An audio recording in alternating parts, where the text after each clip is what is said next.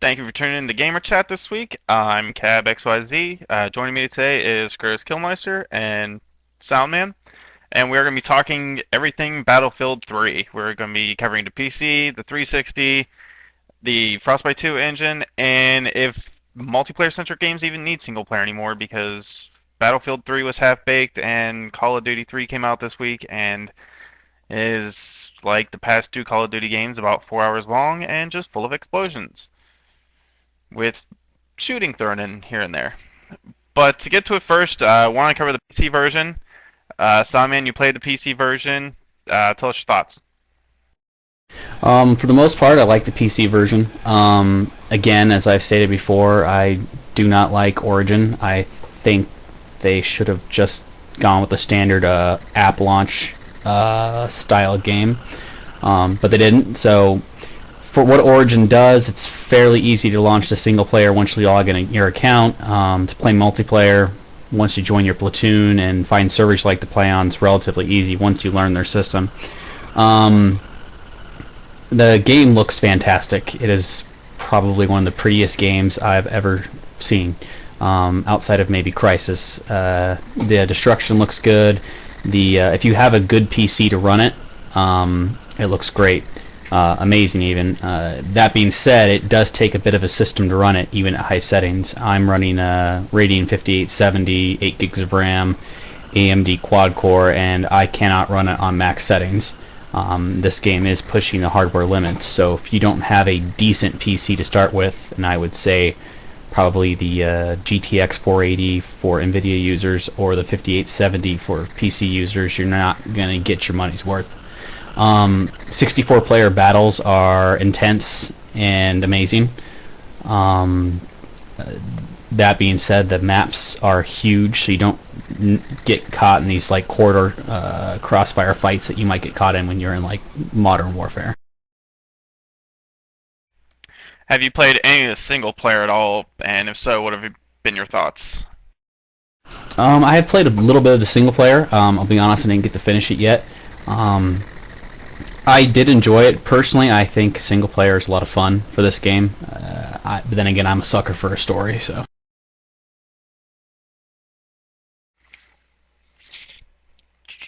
All right, Chris, we'll go to you for your thoughts on the 360 version because it is quite. It's not quite a jump, but it is in terms of at least visual fidelity, toned down quite a bit.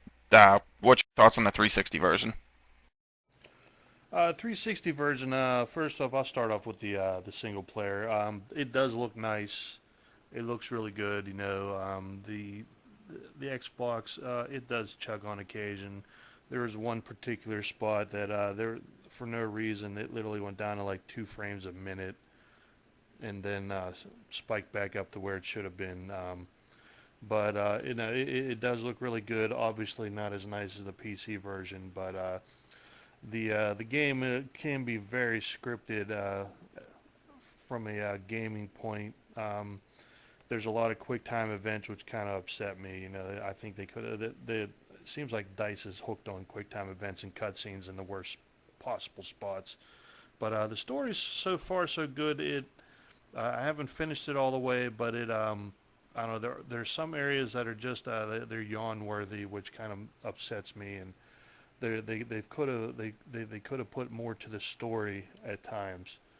But in into the multiplayer, the core gameplay is awesome. I'll never deny that. Battlefield is just a great tactical shooter. But it just from day one, I just can't get the feeling out of my head that this game could have used about a month to 3 months more cook time to get the bugs out because there's just some blatant glitches popping all over the place that shouldn't exist in a big title release like Battlefield. Yeah, I do agree there that a lot of I've only played probably as much of the single player as both of you guys. I mean, it is fun, but it just yeah, the first intro level, you're doing half of it's doing quick time events, and I think lot of developers are doing that now just to kind of I don't know escape the task of trying to do what they want to do and wrap the gameplay around it. They're just doing that to kind of cut corners, but that's just my opinion. But yeah, the game definitely, even multiplayer, could have. It wasn't as buggy as the beta, and everyone still has to understand that was a beta. That was months ago that code was, you know, written and we got. But yeah, there still is a lot of bugs, and the party system on the 360 at least still sucks. It needs to be what Bad Company 2 or even Medal of Honor had. It's just awful. But so man, have you had any problems with the PC as far as bugs or anything of that sort? Well, it's interesting you touch on the party system. There's a party system in the PC version as well that you can launch from the Battlelog control center, and it sucks. It doesn't work. If you can try to do like a squad launch into a game, and most of the time half the party doesn't show up, or they crash out, or some other horror befalls them, and it doesn't work that great. I think what most people are running into right now is, in today's society, or not society, but in today's gaming industry, the majority of games are primarily developed for consoles, and then the PC gets a ported version, which is what PC gamers have been complaining about for years now.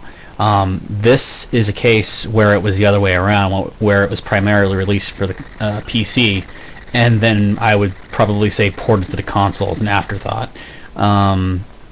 And I think it sort of shows in the final product. The PC version is far more polished and looks far better than its console brethren, and I think that's partly because this game was built to push the hardware limits, and I think it sort of showcases the large gap between modern PC hardware and current console gaming hardware.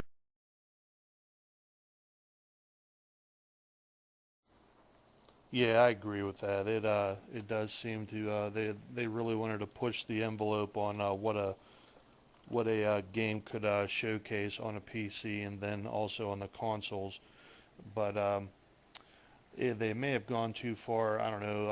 I guess you could say this is the crisis of this year, since Crisis was made for systems that didn't even exist yet, essentially, to run at full settings.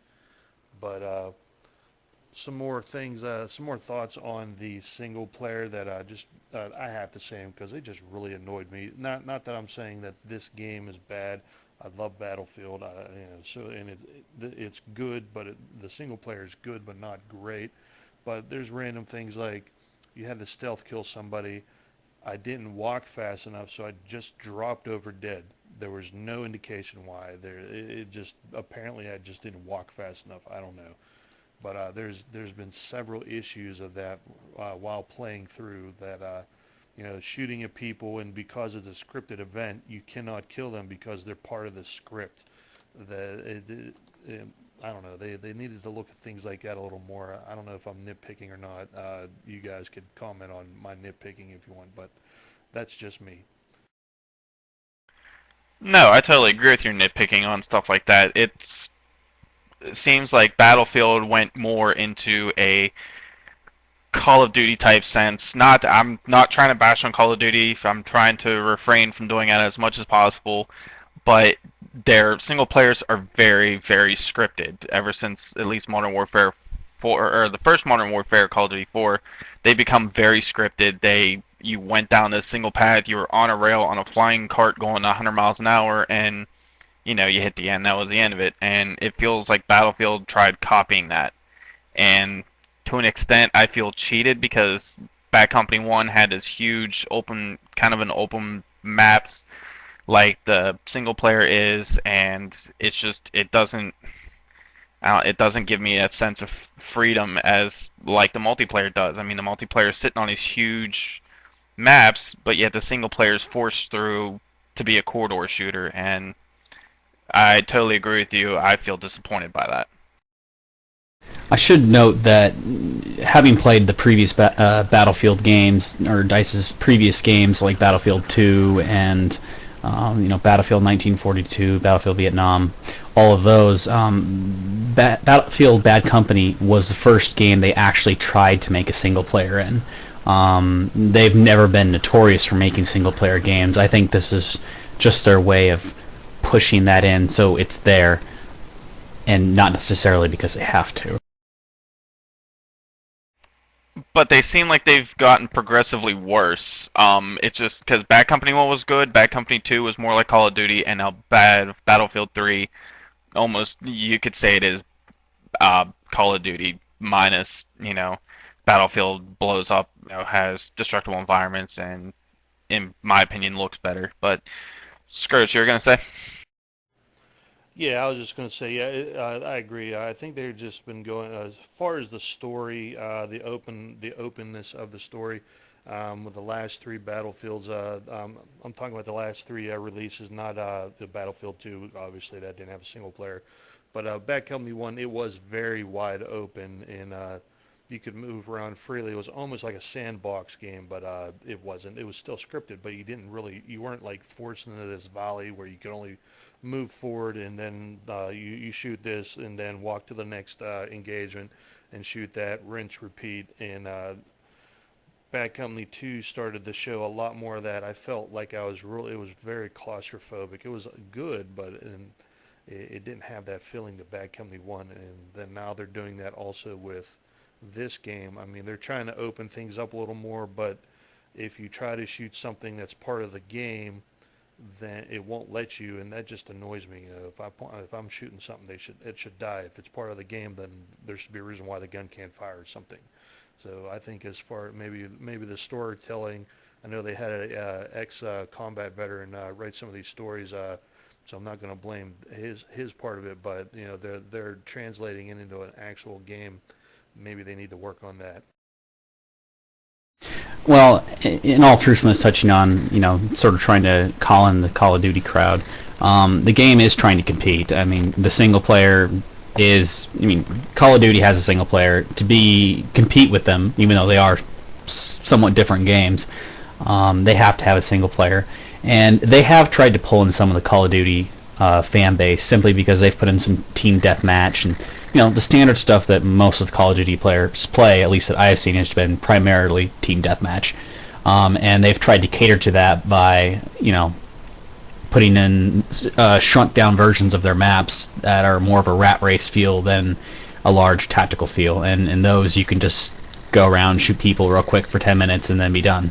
The 64-player games, at least on the PC version, can last almost an hour, depending on how quickly objectives get taken, how many medic resurrections there are, and so forth. Yeah, speaking of multiplayer stuff, good transition. But yeah, let's talk about a little bit of the single player's good, not great. It seems a little bit like Call of Duty, but the Battlefield games, the meat and potatoes really is the multiplayer. And Soundman, you touched on a little bit of that earlier on the PC. Is there anything you want to add? I rather like having a single player, even if it's simple.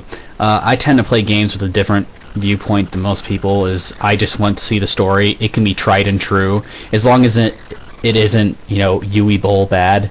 I'll usually enjoy it.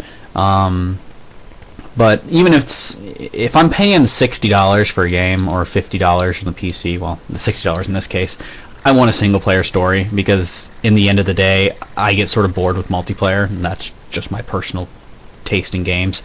But even if it's known for being a multiplayer only game and it's just a 5-hour story, I can live with that. But I do like having a single player story to play because not everyone likes to play multiplayer.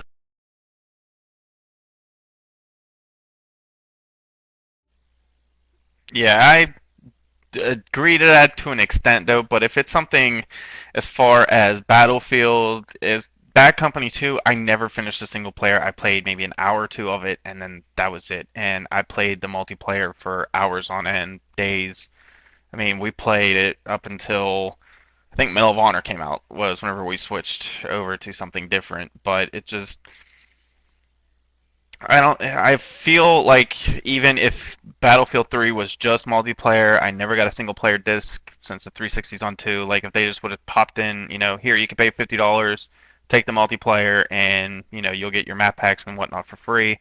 I would go for something like that, just because Battlefield 3 is just, or even the Bad Companies is just, it's a multiplayer game I enjoy playing just because of the tactics, and I really don't want to say realism because neither that or Call of Duty's realism, but I just like the mass confusion on the battlefield.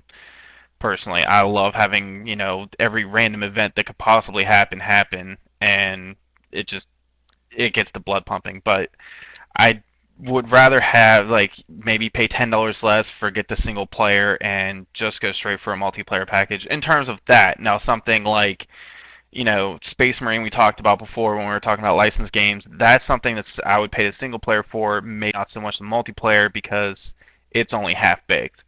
Um, Skurrus, do you have a comment on that? Yeah, I agree. Yeah, like you said, the Space Marine game. Excuse me. The single player was epic. Outside of whatever technical gripes I had, of course I always have something, but the story was just fantastic. Battlefield, like Brad pointed out, the Dice is a multiplayer company. That's what they've been doing for 10 years, and that's what they're good at. I mean, the multiplayer in the Battlefield series has always been awesome. I didn't get into it till a little late. I won't lie until Bad Company 1 because I got away from PC gaming, and I know everyone hates me now, but well. Anyway, and I thought it was just fantastic. That was my first taste of Battlefield with Bad Company 1, and that's the one area they have not uh, fallen short on whatsoever. The map layouts are awesome. The visuals are really good. The destruction. That was just a game breaker there. When you could actually blow up a building someone was in, that's just good stuff. Good stuff all around. But now getting into Bad Company 3. Well, Bad Company 3. Sorry, Battlefield 3. My only gripe is I cannot bring down an entire skyscraper, and I really wanted to do that. Yeah, I felt a little deceived by the destruction events. I would actually venture to say that there's a little less destruction in the battlefield maps than we were led to believe. Collapsing the sides of buildings. Most of the destruction that they showed was pretty much just a single player, and again, that was sort of scripted, and that frustrated me just a little bit. I was actually hoping that we could collapse the sides of buildings, blow out giant chunks of the wall. It still plays pretty much the same way that Bad Company 2 did, which is sort of frustrating. I mean, it's not bad. It doesn't play bad. It almost says it feels like more of the same. Yeah, I totally agree with both of you. I it play the destructibility is kind of like Bad Company 2 light, but I do like some of the things that they did. You don't get little forewarnings whenever buildings are going to collapse; they just collapse. You're stuck in it, tough. The only real other complaint that I have that since Bad Company 2, or even Bad Company 1 that they kept is what Dice did in Middle of Honor is once you took an objective it immediately moved on. Now I still have to sit and wait. I should be able, if my team's good enough and we're playing well, I just want to keep pushing. If the other team can't defend, sorry, that may turn some people off, but I now have to sit and back and wait for this invisible wall to go away for me to continue. That's just a personal gripe. Just wanted to touch on, you said the buildings collapse immediately. I will note that the buildings look far cooler now when they collapse and a lot more fluid. Basically, in Bad Company 2, when a building collapsed, you just sort of see it disappear in a cloud of dust, and magically it was falling to the ground. It actually shows the whole collapsible, quick time event or whatever you want to call it. And it looks really cool. In that respect, I think they did a great job of making it look better overall. And I know I've been sort of harsh on the technical aspects of Battlefield 3. Overall, it is a much better game than Bad Company 2. It plays a lot better. It looks much better. Just sort of nitpicking at the technical aspect. Yeah, we are. But again, this is something. This is why I think the game they should have sat on it for a few more months. and polished it. This game polished, I bet, would be amazing. Because right now it's sitting at good for me and not great. And I just don't like saying that because I am a fan of the series. And as far as the destructibility, I do agree. The buildings collapsing, they've done that a lot more fluid. Even on the console, it looks good. There was like some hesitation because I had to load the animation and then it would collapse. But now it's right. Snap of a finger, the building will collapse. And also another thing, this may sound kind of silly, but in Bad Company 2, all the buildings seemed vacant. There was nothing in them. There's like a fireplace and one chair in an entire house. Now you have office equipment and chairs and plants, and so they did add a lot of livability and believability to the game, which I thought was really awesome as well. Yeah, and one last thing I want to touch on with Battlefield is the Frostbite 2. It looks great. It runs the game fantastic, but as it's crippling the 360. The 360 needed, well, it first got a huge patch, but also it had a gig and a half install besides the regular if you decide to install a disk onto the hard drive, just for a texture pack, which is um, I don't know, in my opinion, a little. We talked about DVDs and stuff like that on the way out, but I mean this is really starting to hesitate progression. But um, Iron Jade, one of our fellow editors, it completely wrecked his computer. Um, how do you guys feel about it? I mean, it looks good, but do you think they went too far with the engine? Do you think they should have, maybe kept it back a little bit so that more people could enjoy it, or that it would run better on the consoles? Um, what do you guys feel about that? Well, I don't know. Every couple years, there's going to be a game that is pushing the limits and saying goodbye to the old systems, like Battlefield 3 for the PC.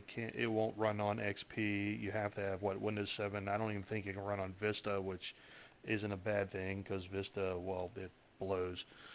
But this is just a sign of the times. Like going back to Crisis, if you had a crap machine and tried to run Crisis, your machine would commit carry as well. And this is just it's basically the same thing.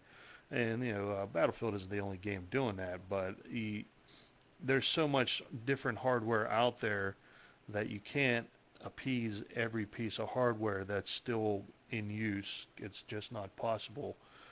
That's one of the nice things about a PC, and that's also one of the bad things about a PC because it's computers are so disposable anymore that you almost have to constantly keep upgrading if you want the latest and greatest cool visuals in your gaming life. Touching on the hardware aspects, this is sort of how games used to be developed. Before their modern console, when I say modern console, I'm going to say the Xbox. I would say it was the first modern console to really start pushing graphics boundaries.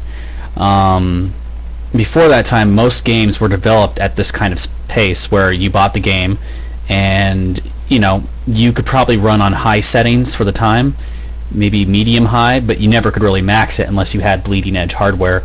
Doom 3, even Half-Life sort of pushed graphical boundaries. Crysis pushed graphical boundaries for 2 years after the game was out. It still couldn't play games at the or you still couldn't play that game on modern systems. It wasn't until, like I said, 2 years later that you could actually play it with maxed out.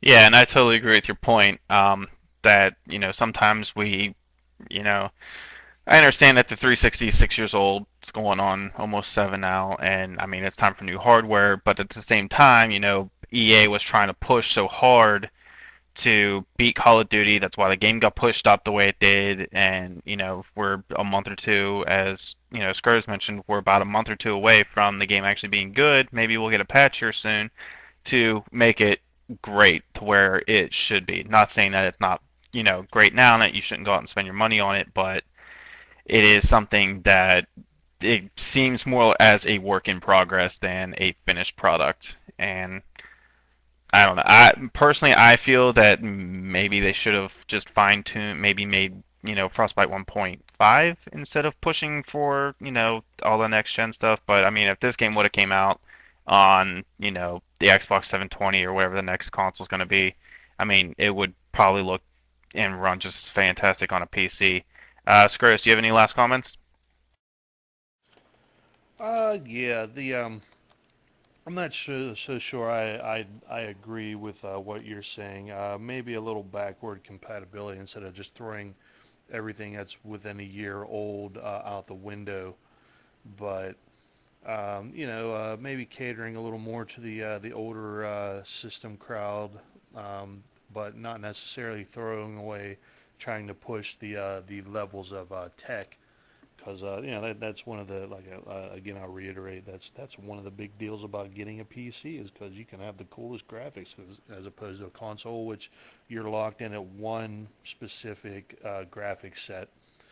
No better, no worse. It's all up to the programmer to try and make it look really cool, which DICE obviously had a hard time doing. It looks great, but they were really, really, pushing to get it to work right.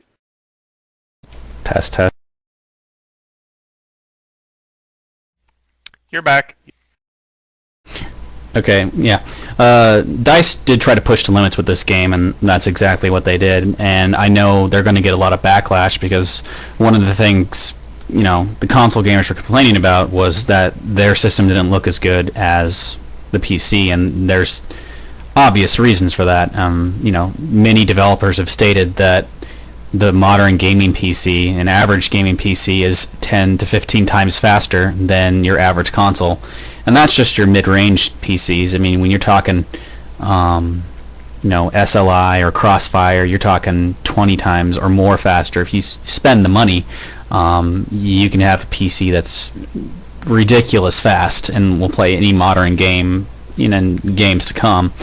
I should take a note because some people do care about iFinity and 3D scopic gaming. If you're running to run an iFinity setup for this game, you will need a Radeon 6990, or you're going to need a NVIDIA equivalent, which I think is the GTX 580. I tried running it on my my Radeon 5870, and it would not work. So if you're one of those people who likes to have multiple monitor gaming setups and you are still running a 5000 series card with maybe the exception of the 5970, you will need to upgrade. But just for standard gaming play on a single monitor, Radeon 5870 and above looks great on high settings. All right, and I want to thank you guys for coming on the show, and we will see you guys next week. Laters. Cheers.